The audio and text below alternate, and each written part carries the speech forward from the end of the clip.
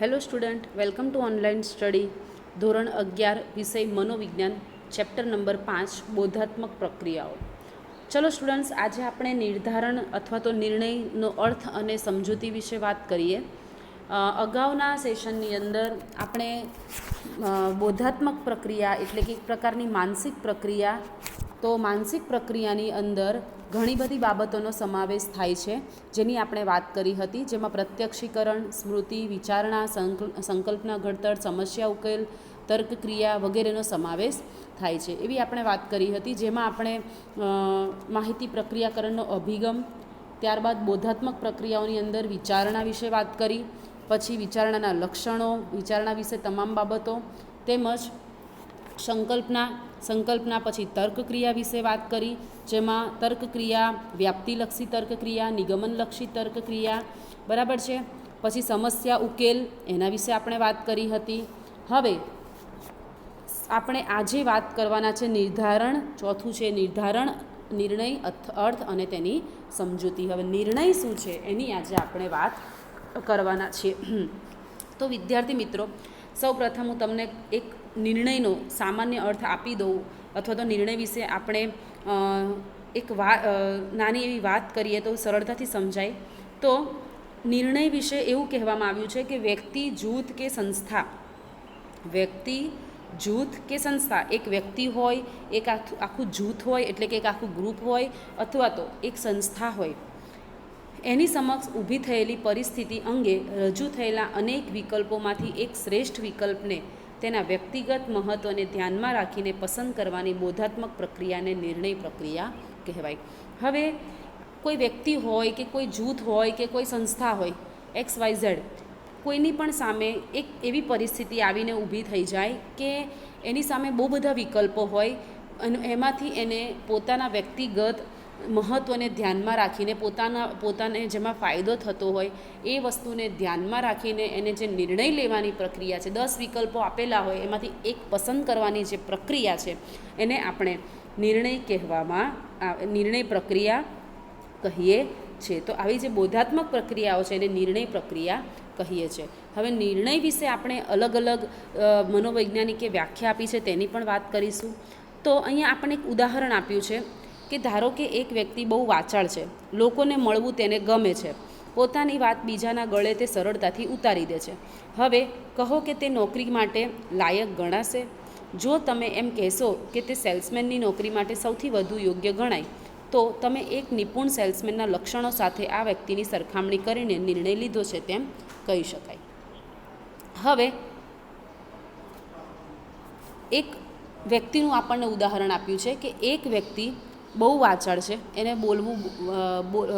બોલવાનું બહુ આદત છે, પછી એ લોકોને મળવું તેને ગમે છે, એટલે તરત જ કોઈ અલગ અલગ લોકોને મળે છે અને એની સાથે તરત જ એ મેચ થઈ જાય છે અને પોતાની વાત બીજાને ગળે તે સરળતાથી ઉતારી દે છે. એનો સ્વભાવ કેવો છે કે સામેવાળી વ્યક્તિને તરત જ પોતાની વાતથી પ્રભાવિત કરી દે, પોતાની જે વાત છે એને સરળતાથી તે સામેવાળાને સમજાવી દે છે. હવે આપણે કહીએ કે એ નોકરી માટે લાયક છે, તો તમે એને એક સેલ્સમેનની નોકરી માટે પસંદ કર્યો, યોગ્ય ગણ્યો કે આ સેલ્સમેનની નોકરી હોય તો એ બહુ સારી રીતે ચાલી શકે, કારણ કે સેલ્સમેન હોય એને શું કરવાનું, અલગ અલગ પોતાની પ્રોડક્ટ હોય એ સામેવાળા બીજા વ્યક્તિને, જેને તેને વેચવાની છે એ વ્યક્તિને ગમે તેમ ગોળ ગોળ ફેરવીને ફોસલાવીને શું કરવાનું હોય છે, એને આપી દેવાની હોય છે, ટૂંકમાં વેચવાનું હોય છે. તો ત્યારે આવી વ્યક્તિ જે હોય એ બહુ સારી રીતે આ કાર્ય કરી શકે કે જેને બોલવું બહુ ગમતું હોય, અલગ અલગ વ્યક્તિને મળવું બહુ ગમતું હોય, એવા પ્રકારની જ્યારે વ્યક્તિ હોય તો એ વ્યક્તિને આ કાર્ય બહુ સરળતાથી એ કાર્ય કરી શકે અને એમાં એ સફળતા પણ પ્રાપ્ત કરી શકે. તો આપણે શું કરીશું, આ વ્યક્તિને છે ને આપણે અગાઉ જોયેલા કોઈ સેલ્સમેનના લક્ષણો હશે ને એની સાથે આ વ્યક્તિને સરખામણી કરીને આપણે નિર્ણય લીધો છે એમ આપણે કહી શકીએ, કારણ કે આપણને અગાઉ પણ એવો અનુભવ થઈ ગયેલો હોય ને કે એક સેલ્સમેન હોય એના લક્ષણો કેવા હોય, તો એની સાથે આપણે આ વ્યક્તિને સરખાવીને આપણે નિર્ણય લઈએ છીએ. હવે નિર્ણય લેવામાં આપણે આપણા જ્ઞાન અને ઉપલબ્ધ પુરાવાઓને આધારે નિષ્કર્ષ તારવીએ છીએ, ધારણા કરીએ છીએ, ઘટનાઓ અને વસ્તુનું મૂલ્યાંકન કરીએ છીએ. હવે આપણે શું કરીએ છીએ, તો નિર્ણય લેવામાં આપણે આપણું જ્ઞાન, ઉપલબ્ધ પુરાવા એટલે કે સાબિતી, એના આધારે આપણું જ્ઞાન અને આપણી પાસે જે પુરાવા છે કે હા આ વ્યક્તિ અહીંયા ચાલી શકે એવો છે, આપણી સાથે પાસે જે અગાઉ અનુભવ થઈ ગયેલા છે એ આપણી પાસે છે, એ બધું જે માહિતી છે એના આધારે આપણે નિષ્કર્ષ તારવીએ, એના આધારે આપણે નક્કી કરીએ અને ધારણા કરીએ કે અને વસ્તુનું મૂલ્યાંકન કરીએ. હવે મિશ્ર બ્રુટા અને ત્રિપાઠી નિર્ધારણ કે નિર્ણયનો અર્થ આપતા જણાવે છે કે નિર્ધારણ એટલે પ્રાપ્ય માહિતીને આધારે વસ્તુઓ, લોકો, પરિસ્થિતિઓ કે ઘટનાઓ વિશે અભિપ્રાય બાંધવાની, નિષ્કર્ષો તારવવાની કે સમીક્ષાત્મક મૂલ્યાંકન કરવાની પ્રક્રિયા. હવે મિશ્ર બ્રુટા અને ત્રિપાઠી જે છે એ નિર્ણયનો અર્થ એવો આપે છે કે નિર્ધારણ એટલે પ્રાપ્ય માહિતીને આધારે, એટલે કે આપણી પાસે જે માહિતી છે, નિર્ધારણ એટલે કે પ્રાપ્ત માહિતીને આધારે આપણી પાસે જે પણ માહિતી છે એના આધારે વસ્તુઓ, લોકો કે પરિસ્થિતિઓ કે ઘટનાઓ વિશે અભિપ્રાયો બાંધવાની કે નિષ્કર્ષો તારવવાની કે સમીક્ષાત્મક મૂલ્યાંકન કરવાની પ્રક્રિયા. કે જે માહિતી છે એના આધારે કોઈ વસ્તુ, પરિસ્થિતિ કે કોઈ લોકો વિશે કે કોઈ ઘટના વિશે આપણે શું કરીએ છીએ, અભિપ્રાય બાંધવાની પ્રક્રિયા અને નિષ્કર્ષો તારવવાની, એના વિશે આપણી પાસે જે માહિતી છે એના આધારે આપણે ડિસાઇડ કરવું, એ એક પ્રક્રિયા છે, એને આપણે કહીએ છીએ નિર્ધારણ પ્રક્રિયા. હવે આગળ તો આ રીતે શું કહે છે કે આ જે મનોવૈજ્ઞાનિકો છે મિશ્ર બ્રુટા અને ત્રિપાઠી, એ એમ કહે છે કે નિર્ધારણ એટલે કે માહિતીના આધારે આપણે કંઈક એક વસ્તુ ડિસાઇડ કરવાની પ્રક્રિયા, નક્કી કરવાનું આપણે, એના આધારે આપણી પાસે જે માહિતી છે એના આધારે આપણે નક્કી કરવાની પ્રક્રિયા, એના વિશે જે તે વસ્તુ, વ્યક્તિ કે જેના વિશે આપણે નિર્ણય લેવાની પ્રક્રિયા, નક્કી કરવાની પ્રક્રિયા એટલે નિર્ણય પ્રક્રિયા. હવે ઘણી વખત નિર્ણયો વ્યક્તિના ચેતન પ્રયત્નો વગર સ્વયં સંચાલિત, ઓટોમેટિક અને ટેવવશ લેવાતા હોય છે. હવે નિર્ણયો ઘણી વખત કેવી રીતે લેવાતા હોય છે, તો સ્વયં સંચાલિત, ઓટોમેટિક લેવાતા હોય છે. કેવી રીતના ઓટોમેટિક લેવાય? દાખલા તરીકે એક ઉદાહરણ આપ્યું છે, સ્કૂટર ચલાવતી વખતે ટ્રાફિકની લાલ લાઇટ જોઈને બ્રેક મારવી. પરંતુ ઘણા નિર્ણયો એવા પણ હોય છે કે જેમાં આપણું પૂર્વ જ્ઞાન અને અનુભવ, વ્યક્તિગત રસ અને પસંદગી અગત્યનો ભાગ ભજવે છે. જેમ કે કોઈ નવલકથા કે કવિતાનું મૂલ્યાંકન કરવું. હવે જો અમુક નિર્ણયો વિદ્યાર્થી મિત્રો એવા હોય કે આપણે આપોઆપ લેવાતા હોય છે, આપણી ટેવ હોય છે, એ ટેવને આધારે આપણે નિર્ણયો લઈ લેતા હોય છે. દાખલા તરીકે આપણે સ્કૂટર ચલાવતા હોઈએ છીએ, રસ્તા ઉપર જતા હોઈએ છીએ અને લાલ લાઇટ થાય છે, સિગ્નલ બંધ થાય છે એટલે આપણે આપોઆપ ઊભા રહી જઈએ છીએ, તરત નિર્ણય લઈ લઈએ છીએ કે આપણે અહીંયા ઊભા રહેવાનું છે, કારણ કે આપણી ટેવ છે, નિયમને આપણે ફોલો કરીએ છીએ. એવી રીતે જેમાં આપણું ઘણા નિર્ણયો એવા પણ હોય કે જેમાં આપણું પૂર્વ જ્ઞાન, અગાઉનું જ્ઞાન, પૂર્વ એટલે પહેલાંનું જ્ઞાન, અને બીજું કે આપણો અનુભવ અને વ્યક્તિગત રસ, આપણો રસ, પસંદગી એ પણ અગત્યનો ભાગ ભજવે છે. ઘણા નિર્ણય એવા પણ હોય કે જેની અંદર આપણું જ્ઞાન, આપણો અનુભવ અથવા તો આપણને જેમાં ઇન્ટરેસ્ટ હોય, આપણને જે પસંદ હોય એ બધી બાબતો પણ નિર્ણય લેવામાં મહત્ત્વનો ભાગ ભજવે છે. જેમ કે કોઈ નવલકથા કે કવિતાનું મૂલ્યાંકન કરવું. હવે કોઈ નવલકથા, કોઈ બુક આપી હોય કે કોઈ કવિતા આપી હોય, એમાં તમને મૂલ્યાંકન કરવાનું કહેવામાં આવે, એના વિશે તમને નિર્ણય લેવામાં આવે તો તમે તમારી પસંદગી, તમારા રસ, તમારા અનુભવ, તમારા જ્ઞાન વડે તમે નિર્ણય લઈ શકશો. તમારી પાસે એક પુસ્તક છે, મારી પાસે એક પુસ્તક છે, હું તમને કહું છું કે તમારે આ પુસ્તક વિશે કોઈ એક નિર્ણય લેવાનો છે કે તમે આ પુસ્તક વિશે શું કહેશો, તો તમે તમારી પસંદગી, તમારા રસ વગેરેના આધારે તમે નક્કી કરશો કે આ પુસ્તક સારું છે. તમને જો આ સબ્જેક્ટમાં રસ હશે તો તમે એના વિશે પ્લસ પોઈન્ટ કહેશો, પણ તમને એ સબ્જેક્ટમાં રસ ઓછો હશે તો તમે એમાં નેગેટિવ પોઈન્ટ્સ વધારે કહેશો, અથવા તો તમે એના વિશે નિર્ણય ઓછો લેશો, ઓછા રસવાળો લેશો. સમજ્યા? તો એમાં પોતાની રસ, પસંદગી વગેરે પણ એમાં મહત્ત્વનો ભાગ ભજવતા હોય છે ઘણા નિર્ણયો લેવામાં. હવે આપણા નિર્ણયો આપણી માન્યતાઓ અને મનોવલણોથી સ્વતંત્ર હોતા નથી. વળી શીખેલી નવીન માહિતીને આધારે આપણે આપણા નિર્ણયમાં પરિવર્તન પણ કરીએ છીએ.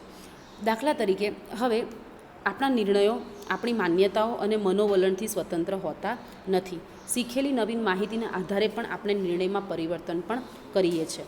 એક સરસ મજાનું ઉદાહરણ આપણને આપ્યું છે કે આપણી જે માહિતી છે એના આધારે આપણે જે શીખેલી નવી માહિતી છે એના આધારે પણ આપણે આપણા નિર્ણયોમાં પરિવર્તન કરતા હોય છે. ઘણી વખત આપણે નિર્ણયો લઈ લેતા હોઈએ છીએ જે નિર્ણયો ખરેખર એકચ્યુઅલ જે વસ્તુ હોય છે એના કરતાં આપણે બીજા પ્રકારના નિર્ણયો લઈ લેતા હોઈએ છીએ.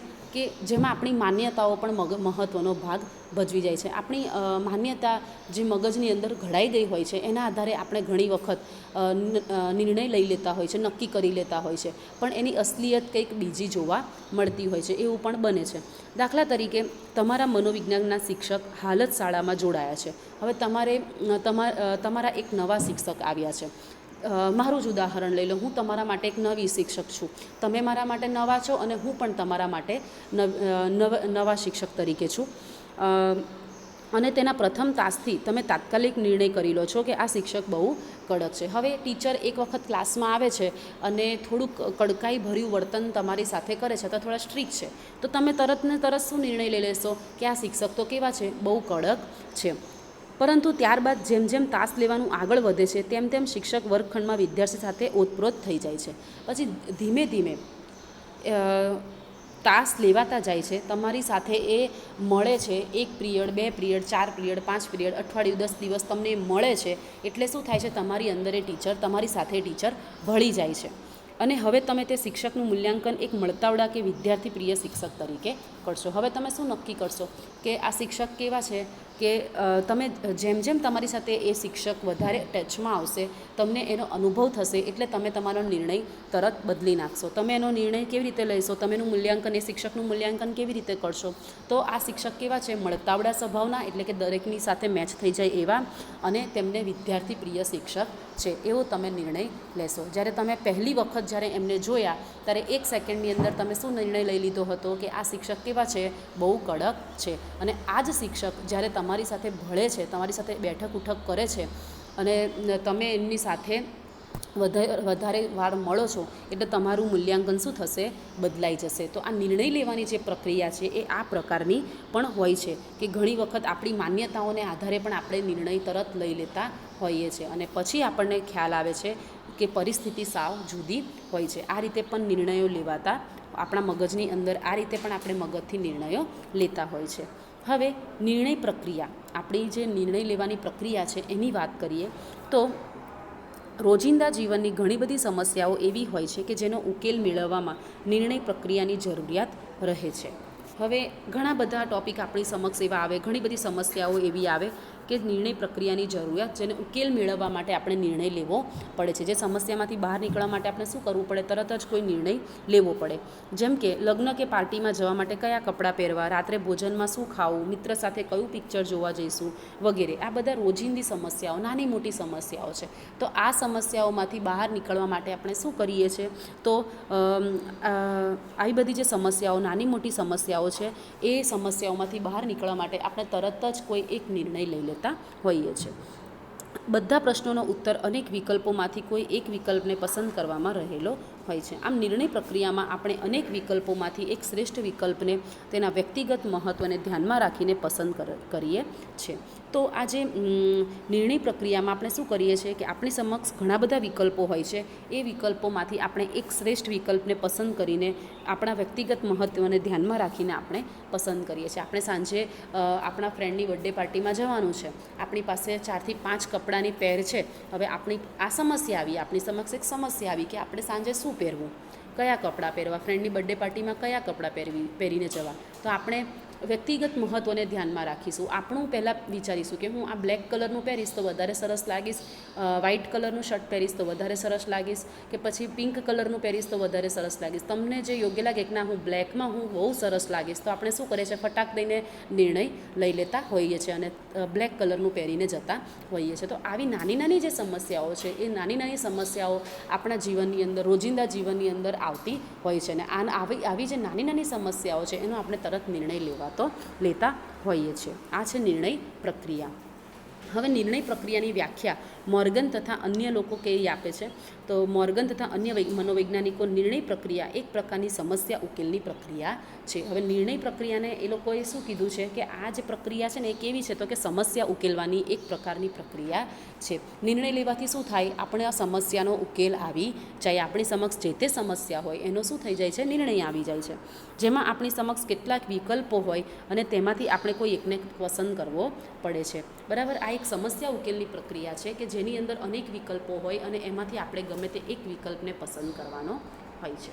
હવે સેન્ટ્રોક જે મનોવૈજ્ઞાનિક છે એ નિર્ણય પ્રક્રિયાની વ્યાખ્યા આપતા કહે છે કે નિર્ણય પ્રક્રિયામાં વિકલ્પોનું મૂલ્યાંકન કરવામાં આવે છે અને તેમાંથી અમુક વિકલ્પને પસંદ કરવામાં આવે છે. એવું કહે છે કે આપણી સમક્ષ 4 વિકલ્પ હોય, એ 4 વિકલ્પનું મૂલ્યાંકન કરવામાં આવે છે. આપણે તેનું મૂલ્યાંકન કરીએ છીએ, તેના વિશે વિચારીએ છીએ અને પછી એમાંથી જે બેસ્ટ હોય એ આપણે પસંદ કરીએ છીએ. હવે નિર્ણય લેવાની પ્રક્રિયાની ઉપરોક્ત સરળ વ્યાખ્યાઓને આધારે આપણે તેના સ્વરૂપ વિશે નીચેના મુદ્દા તારવી લઈએ. તો ચલો વિદ્યાર્થી મિત્રો, આપણે જોયું તે અત્યાર સુધીને નિર્ણયની જે પ્રક્રિયા હતી અથવા તો નિર્ણય શું છે એના વિશે આપણે વાત કરી. અને હવે આપણે નિર્ણયનું સ્વરૂપ કેવું છે, એટલે કે નિર્ણયની ડિટેલમાં માહિતી મેળવીએ કે નિર્ણયનું સ્વરૂપ કેવું હોય અથવા તો નિર્ણય કેવા પ્રકારનો હોય, નિર્ણય કેવા હોય. નિર્ણય લેવાની પ્રક્રિયામાં વ્યક્તિ સમક્ષ એકથી વધુ વિકલ્પો હોય છે. ચલો, પહેલો પોઈન્ટ એ છે કે નિર્ણયની જે પ્રક્રિયા છે એનું સ્વરૂપ જોઈએ તો સૌથી પહેલો પોઈન્ટ એ છે કે એક નિર્ણય લેવાની પ્રક્રિયામાં વ્યક્તિ સમક્ષ કેટલા એકથી વધુ વિકલ્પો હોય છે, અલ્ટરનેટિવ્સ. એક કરતાં વધારે વિકલ્પ હોય છે. બીજું, નિર્ણયની પ્રક્રિયા આપણી સામે એક પ્રકારની સમસ્યા હોય છે. હવે નિર્ણય લેવો એ કેવી પ્રક્રિયા છે, આપણી માટે એક પ્રકારની સમસ્યા જ કહી શકાય. કારણ કે આપણે પાસે 4-5 ઓપ્શન હોય ને એમાંથી આપણે એક પસંદ ન કરી શકતા હોય, એટલે આપણી સમક્ષ એક સમસ્યા ઊભી થાય છે. દરેક વિકલ્પ સાથે જોડાયેલું લાભ ગેરલાભનું મૂલ્યાંકન કરીને યોગ્ય વિકલ્પને પસંદ કરવો. દાખલા તરીકે ધોરણ 11માં કયા પ્રવાહમાં જવું, વિજ્ઞાન પ્રવાહમાં કે સામાન્ય પ્રવાહમાં, સામાન્ય પ્રવાહમાં પણ આર્ટ્સ કે કોમર્સમાં કયો વિષય લેવો. ચલો, હવે બીજું નિર્ણયનું સ્વરૂપ એવું છે કે ઓલ ઓવર નિર્ણયનું સ્વરૂપ જોઈએ તો એમ કહે છે કે આ જે પ્રક્રિયા છે એમાં એક પ્રકારની સમસ્યા છે અને એ પ્રકારની સમસ્યા હોય છે કે આપણે દરેક વિકલ્પ સાથે આપણે જોડાયેલા લાભ ગેરલાભનું મૂલ્યાંકન કરીએ છીએ. કે આપણી સમક્ષ વિકલ્પો તો હોય છે, પહેલાંમાં એમ કીધું કે એકથી વધુ વિકલ્પો હોય છે. બીજા પોઈન્ટમાં એમ કહે છે કે આપણી સમક્ષ વિકલ્પો હોય છે, પરંતુ એ વિકલ્પોમાંથી આપણે આપણું બેનિફિટ શેમાં છે અને આપણો લાભ શેમાં છે અને આપણો ગેરલાભ શેમાં છે એ આપણે વિચારીને નિર્ણય લેવો પડતો હોય છે. બધું મૂલ્યાંકન કરવું પડતું હોય છે કે હું કયો વિકલ્પ પસંદ કરીશ કે જે મારા માટે બેસ્ટ રહેશે વગેરેનું આપણે શું કરવું પડતું હોય છે, મૂલ્યાંકન કરવું પડતું હોય છે. ગમે તેમ નિર્ણય લઈ લેવાતો નથી. તેના માટે આપણે એક ઉદાહરણ આપ્યું છે કે આપણે 10મું ધોરણ પાસ કરીને 11મા ધોરણમાં જઈએ છીએ. તો 11મા ધોરણમાં જ્યારે આપણે જઈએ છીએ ત્યારે આપણી સમક્ષ 2 ઓપ્શન હોય છે કે મારે સામાન્ય પ્રવાહમાં જવું અથવા કે પછી વિજ્ઞાનમાં સાયન્સ લેવું કે પછી કોમર્સ લેવું કે પછી આર્ટ્સ લેવું. એમ 3 આપણી પાસે શું થાય છે, આપણી સમક્ષ સામાન્ય પ્રવાહમાં વિજ્ઞાન પ્રવાહમાં જવું. ચલો, વિજ્ઞાન પ્રવાહમાં મારે જવું છે તો સાયન્સમાં હું કયો સબ્જેક્ટ લઈશ, બાયોલોજી લઈશ, મેથ્સ લઈશ અને હું આગળ કવર કરી શકીશ વગેરે જેવા પ્રશ્નો આપણી સમક્ષ આવીને ઊભા રહેતા હોય છે. પછી આપણે વિચારીએ છીએ કે હું સાયન્સ લઈશ તો હું આગળ જઈને શું કરીશ, 12th સાયન્સ પછી હું કઈ ફિલ્ડમાં જઈશ. પછી સામાન્ય પ્રવાહમાં જવું તો સામાન્ય પ્રવાહમાં જવું તો પણ મારી પાસે 2 ઓપ્શન છે કે હું કોમર્સની લાઈન પસંદ કરું કે આર્ટ્સની લાઈન પસંદ કરું. કોમર્સમાં હું જઈશ તો મને શું બેનિફિટ થશે અને આર્ટ્સમાં જઈશ તો મને કયો બેનિફિટ થવાનો છે, અથવા તો 12th પછી મારે શું કરવું છે, કઈ ફિલ્ડમાં જવું છે, મારે ટીચિંગ ફિલ્ડમાં જવું છે કે પછી મારે ગવર્મેન્ટ એક્ઝામની પ્રિપેરેશન કરવી છે, મારે બેંકમાં જોબ કરવી છે કે મારે કોઈ કમ્પ્યુટરની લાઇનમાં જોબ કરવી છે વગેરે આપણી સમક્ષ વિકલ્પો આવીને ઊભા રહેતા હોય છે. અને એમાંથી આપણને જે બેસ્ટ લાગે એ વિકલ્પ આપણે પસંદ કરતા હોઈએ છીએ. તો આમ આપણી સમક્ષ આ એક પ્રકારની સમસ્યા છે. હવે નિર્ણય પ્રક્રિયા એ અન્ય પ્રકારની સમસ્યા ઉકેલ કરતાં ભિન્ન છે. નિર્ણય પ્રક્રિયામાં આપણી સમક્ષ અગાઉથી જ વિભિન્ન ઉકેલ કે વિકલ્પો ઉપલબ્ધ હોય છે અને તેમાંથી યોગ્ય કે શ્રેષ્ઠની પસંદગી કરવાની હોય છે. દાખલા તરીકે બેડમિન્ટનના એક સારા ખેલાડી સમક્ષ એવી સમસ્યા હોઈ શકે કે વાર્ષિક પરીક્ષાના નજીકના દિવસોમાં જ ગોઠવાયેલ રાજ્ય કક્ષાની સ્પર્ધામાં ભાગ લેવો કે પરીક્ષાની તૈયારી કરવી. આ પરિસ્થિતિમાં તે તમામ સંભવિત પરિણામોનું મૂલ્યાંકન કરીને કોઈ નિર્ણય લે છે. ચલો, નિર્ણય પ્રક્રિયામાં ત્રીજું આપણી સમક્ષ પહેલું કીધું કે નિર્ણય પ્રક્રિયામાં એકથી વધુ વિકલ્પો હોય છે.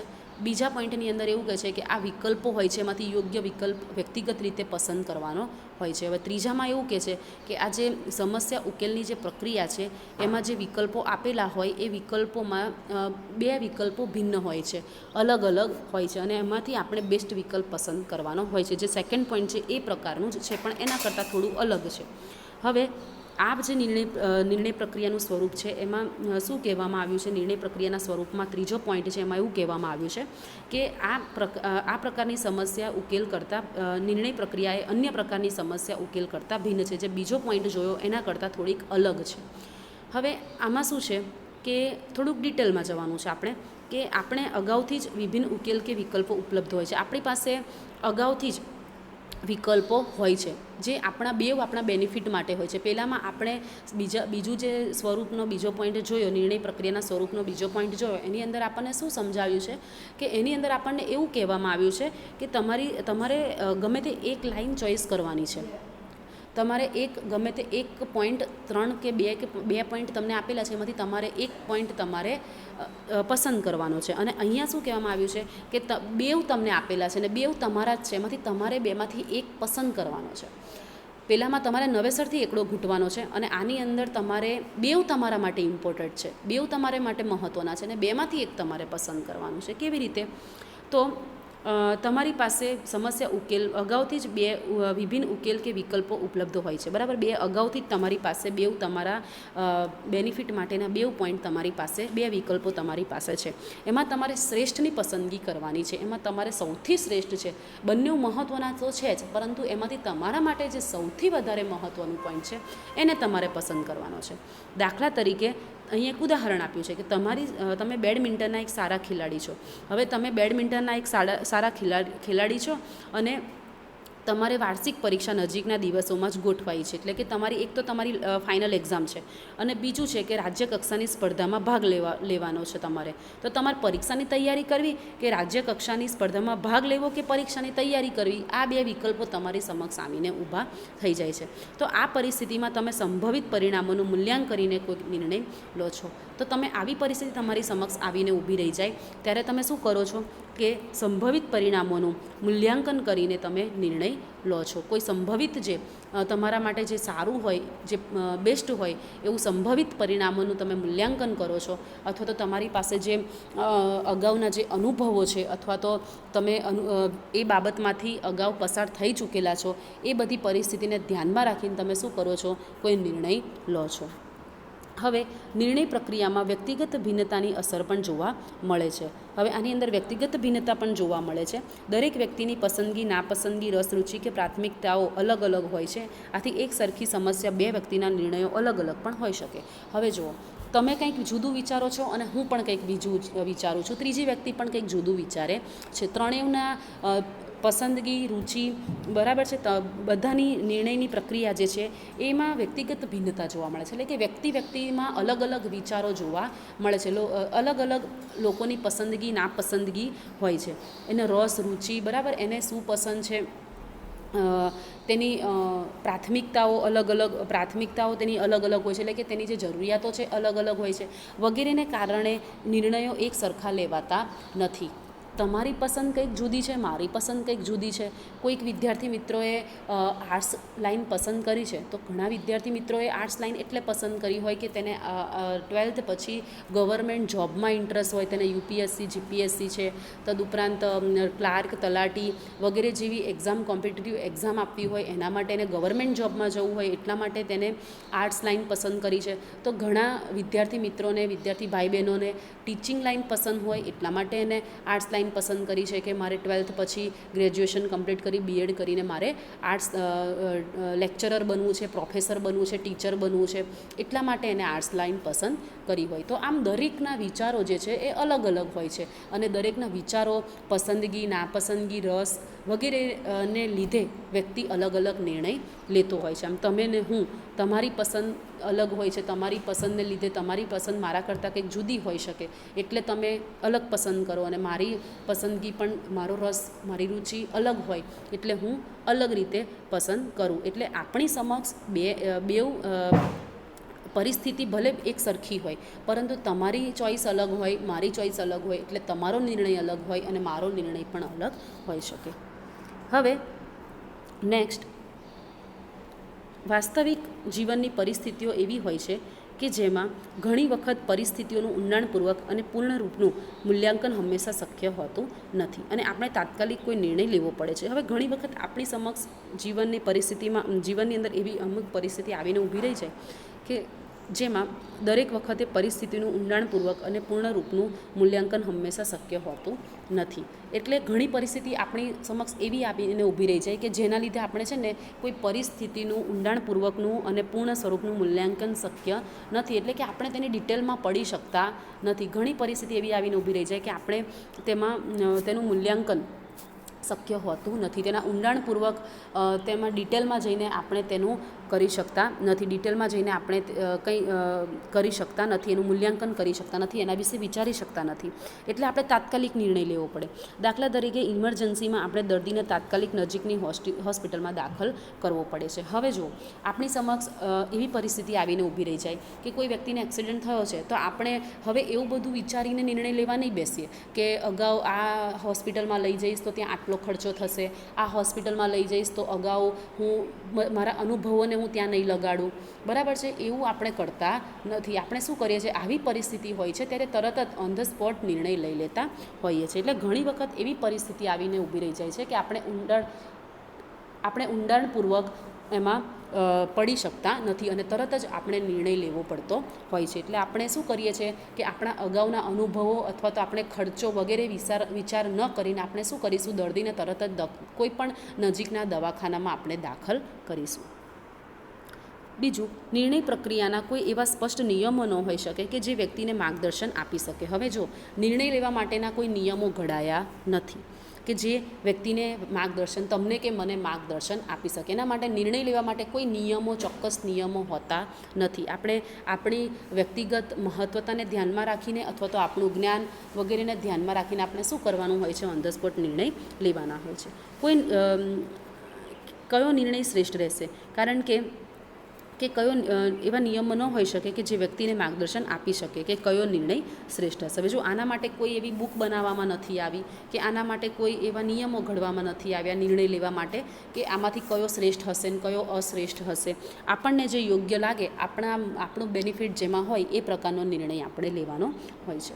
કારણ કે સમસ્યાનું સ્વરૂપ, તાત્કાલિન પરિસ્થિતિ અને વ્યક્તિની ખાસિયતોને આધારે વ્યક્તિ કોઈ નિર્ણય કરતો હોય છે. હવે જુઓ, આપણી સમક્ષ સમસ્યાનું સ્વરૂપ, સમસ્યા કેવા પ્રકારની છે, પરિસ્થિતિ કેવા પ્રકારની છે, વ્યક્તિની ખાસિયતો કેવા પ્રકારની છે વગેરેને ધ્યાનમાં રાખીને નિર્ણયો લેવાના હોય છે. એના માટે કોઈ નિર્ણયો લેવા માટે કોઈ એવા નિયમો ઘડવામાં આવ્યા નથી. વ્યક્તિની ખાસિયતો, વ્યક્તિની પસંદગી, નાપસંદગી વગેરે દ્વારા નિર્ણયો લેવાતા હોય છે. કોઈ દાખલા તરીકે કોઈ વિદ્યાર્થી હોય, એને મેથ્સ બહુ સરસ ફાવતું હોય તો આપણે નિર્ણય લઈ શકીએ કે એ સામાન્ય સાયન્સમાં જાય, વિજ્ઞાન પ્રવાહમાં જાય તો એ મેથ્સ સબ્જેક્ટ ઉપર ભણે તો એ તેના જીવનમાં સારી એવી પ્રગતિ પ્રાપ્ત કરી શકે. અથવા કોઈને રીડિંગનો બહુ શોખ હોય તો આપણે એવું નક્કી કરી શકીએ કે એને આર્ટ્સ ફિલ્ડમાં જો મોકલવામાં આવે તો એ ફ્યુચરમાં બહુ સારા ટીચર અથવા તો બહુ સારા કોલેજના પ્રોફેસર બની શકે અથવા તો કોમ્પિટિટિવ એક્ઝામમાં પણ એ સારી એવી સફળતા પ્રાપ્ત કરી શકશે. તો એના આધારે આપણે નિર્ણયો લેતા હોય છે. તો વિદ્યાર્થી મિત્રો, આજે આપણે જે નિર્ણય પ્રક્રિયા જોઈ, હવે આજે આપણે નિર્ણય પ્રક્રિયા વિશે વાત કરી અને હવેના નેક્સ્ટ સેશનમાં હું તમારી સાથે કલ્પના, વ્યાપાર, ઇમેજિનેશન્સ, વ્યક્તિ કેવી રીતના કલ્પનાઓ કરે છે એની આપણે આગલા સેશનની અંદર ચર્ચા કરીશું.